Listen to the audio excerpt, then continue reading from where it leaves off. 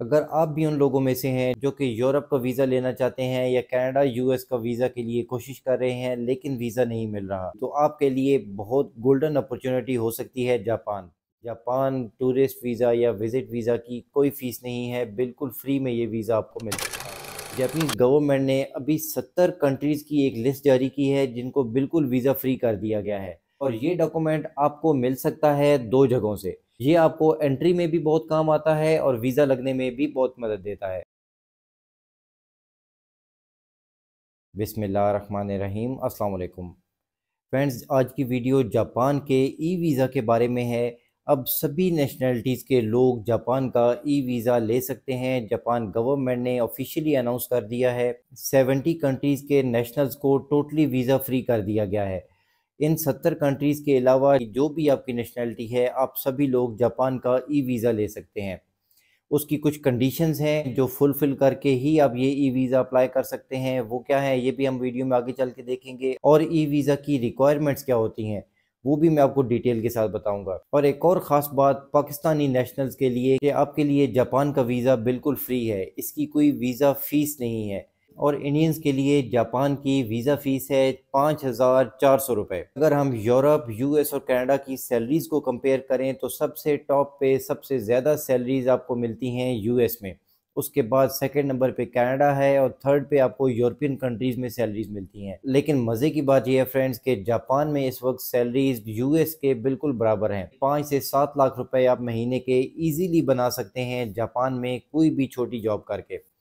लेकिन आज की वीडियो जॉब्स के रिलेटेड नहीं है। जापान में जॉब्स और असाइलम से रिलेटेड अगर आपको इन्फॉर्मेशन चाहिए तो प्लीज़ कमेंट करके ज़रूर बताइएगा। मैं इसके ऊपर 2 सेपरेट वीडियोस बनाऊंगा और आपके साथ उसकी डिटेल्स शेयर करूंगा। लेकिन आज हम बात कर रहे हैं जापान का ई वीज़ा की। ई वीज़ा यानी इलेक्ट्रॉनिक वीज़ा जो कि ऑनलाइन आपको मिलता है, ऑनलाइन ही आपने इसके लिए अप्लाई करना होता है। और ये आज से नहीं स्टार्ट हुआ, पिछले कुछ महीनों से ये ई वीज़ा का सिस्टम चल रहा है जापान का। पहले ई वीज़ा लेने के लिए कोई ज़्यादा सपोर्टिंग डॉक्यूमेंट्स नहीं चाहिए होते थे, लेकिन अब सपोर्टिंग डॉक्यूमेंट्स की भी एक चेकलिस्ट है। जापान गवर्नमेंट ने ऑफिशियली ये अनाउंस किया है कि आपको ये डॉक्यूमेंट्स चाहिए होंगे जापान का ई वीज़ा लेने के लिए। ये डॉक्यूमेंट्स की चेकलिस्ट भी मैं भी आपको आगे चल के दिखाऊंगा। तो अगर आप जापान जाने में इंटरेस्टेड हैं फ्रेंड्स, तो प्लीज़ वीडियो को एंड तक ज़रूर देखिएगा। बहुत इन्फॉर्मेटिव वीडियो होगी आप लोगों के लिए। अगर आप हमारे चैनल पे नए हैं तो please subscribe, like, share and comment. बहुत ही सिंपल से फ्रेंड्स 3 स्टेप्स हैं।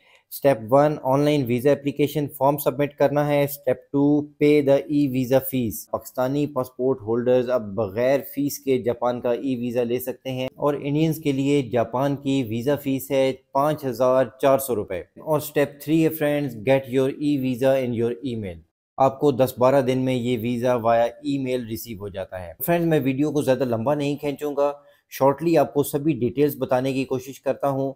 सबसे पहले हम स्टार्ट करते हैं कि ये ई वीज़ा अप्लाई करने के लिए क्या इन्फॉर्मेशन आपको चाहिए होती है। उसके बाद हम डॉक्यूमेंट्स की बात करेंगे और फिर हम उन कंडीशंस की बात करेंगे जिनको फुलफ़िल करके आप ये ई वीज़ा अप्लाई कर सकते हैं। ये इन्फॉर्मेशन आपने देनी है जापान का ऑनलाइन वीज़ा अप्लाई करते हुए ऑनलाइन वीज़ा एप्लीकेशन में।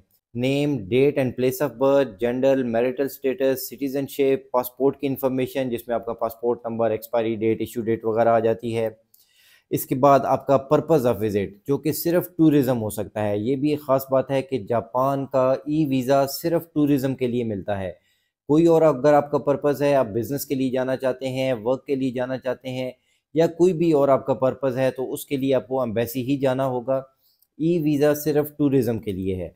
और आपने अपना ट्रैवल प्लान इनको देना है वीज़ा एप्लीकेशन फॉर्म फिल करते हुए। अराइवल एंड डिपार्चर डेट्स देनी है, और the most important, name and address of the hotel you have booked. अब इससे कुछ डॉक्यूमेंट्स का तो आपको अंदाज़ा हो जाता है, लेकिन डॉक्यूमेंट्स की चेकलिस्ट भी आपके सामने है फ्रेंड्स। ये जो मैं डिटेल्स आपको दिखा रहा हूँ, इन सभी डिटेल्स के लिए लिंक मैं डिस्क्रिप्शन में भी दे दूंगा।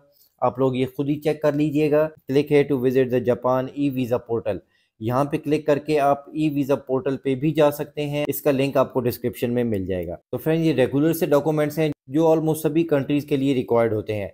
आपका passport, photograph, air ticket, hotel booking, bank statement 6 महीनों की। इसमें आपसे कोई टैक्स के डॉक्यूमेंट्स नहीं मांगे जा रहे। आपने अपना एम्प्लॉयमेंट लेटर देना है अगर आप जॉब करते हैं, अगर बिजनेस करते हैं तो बिजनेस रजिस्ट्रेशन देनी है। उसके बाद पर्सनल इनविटेशन, ये एक ऑप्शनल डॉक्यूमेंट है। इफ़ योर फ्रेंड्स और family members are inviting you to visit Japan, means कोई अगर आपका वहाँ पे जानने वाला है और वो आपको बुला रहा है, इनवाइट कर रहा है, तो उसका इनविटेशन लेटर चाहिए होगा, अदरवाइज इसकी ज़रूरत नहीं है। और फिर है आपका ट्रैवल प्लान, जो डे टू डे प्लान होता है, जितने दिन भी आपने प्लान किया है जापान में स्टे करने का, हर रोज़ आप क्या करेंगे, कहाँ घूमने जाएंगे, कहाँ पे स्टे करेंगे, वो पूरी डिटेल्स आपने इस ट्रैवल प्लान में देनी होती हैं। इसके अलावा फ्रेंड्स एक और डॉक्यूमेंट है जिसको ट्रैवल अथेंटिकेशन भी कहते हैं, ट्रैवल अथराइजेशन भी कहते हैं, या ट्रैवल सर्टिफिकेट भी कहते हैं, जो नाम आप उसको दे लीजिए। और ये डॉक्यूमेंट आपको मिल सकता है दो जगहों से। ये एक ऑप्शनल डॉक्यूमेंट है, लेकिन आपके वीज़ा को बहुत तगड़ी सपोर्ट देता है ये डॉक्यूमेंट। और ये आपको दे सकती है जापान में कोई ट्रैवल एजेंसी या आपका होटल जिसमें आपने बुकिंग करवाई है। तो कोई अच्छा होटल बुक करना ज़रूरी है। कोई बड़ा होटल बुक कीजिए, बेशक उसमें रहें या ना रहें बाद में जाके, ये आप पे डिपेंड करता है, कोई ज़रूरी नहीं होता। आप फ्री में ऑनलाइन कोई भी अच्छे होटल को बुक कर सकते हैं। ये आपको एंट्री में भी बहुत काम आता है और वीज़ा लगने में भी बहुत मदद देता है। तो ये एक टिप है आप लोगों के लिए कि इस डॉक्यूमेंट को अरेंज कर लीजिए अपनी होटल बुकिंग करते हुए। अगर होटल वाले नहीं प्रोवाइड कर रहे तो आप किसी ट्रैवल एजेंसी से कॉन्टैक्ट कर सकते हैं, वो कोई 50-100 डॉलर लेके आपको ये लेटर इशू कर सकते हैं। लेकिन ये एक ऑप्शनल डॉक्यूमेंट है, इसके बगैर भी आप ई वीज़ा अप्लाई कर सकते हैं, और पाकिस्तानियों के लिए तो वैसे ही ये फ्री है, तो इसलिए कोई दिक्कत नहीं है आपको वीज़ा अप्लाई करने में। अक्सर लोग कहते हैं कि लिंक नहीं मिल रहा, तो भाई लिंक आपके लिए डिस्क्रिप्शन में है, वहाँ पे जाकर आप ये सभी डिटेल्स भी देख लीजिएगा। और ये आपके सामने जो ऑप्शन आ रही है जापान ई वीज़ा की, यहाँ पे क्लिक करके आप ई वीज़ा पोर्टल को एक्सेस कर सकते हैं, जापान गवर्नमेंट का ऑफिशियल ई वीज़ा पोर्टल। तो फ्रेंड्स अब उन कंडीशंस की बात करते हैं जिनको फुलफिल करके ही आप जापान का ये ई वीज़ा अप्लाई कर सकते हैं।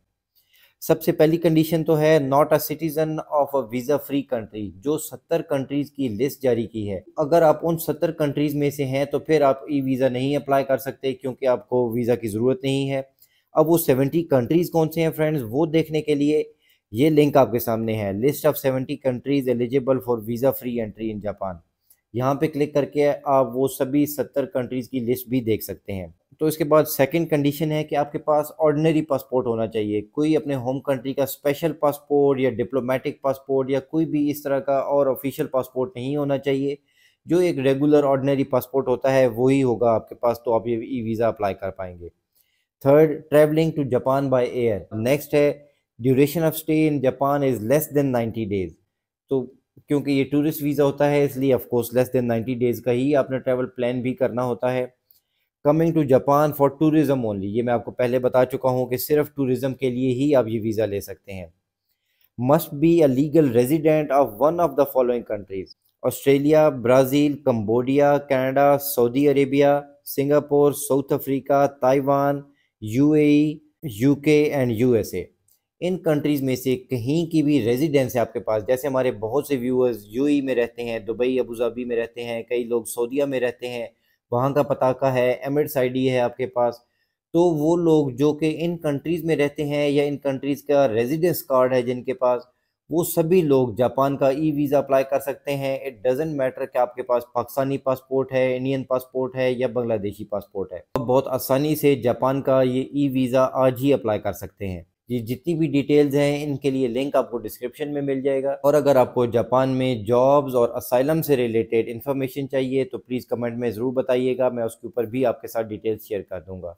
अपना और अपने इस चैनल का ख्याल रखिएगा। Thanks for watching. अल्लाह हाफिज़।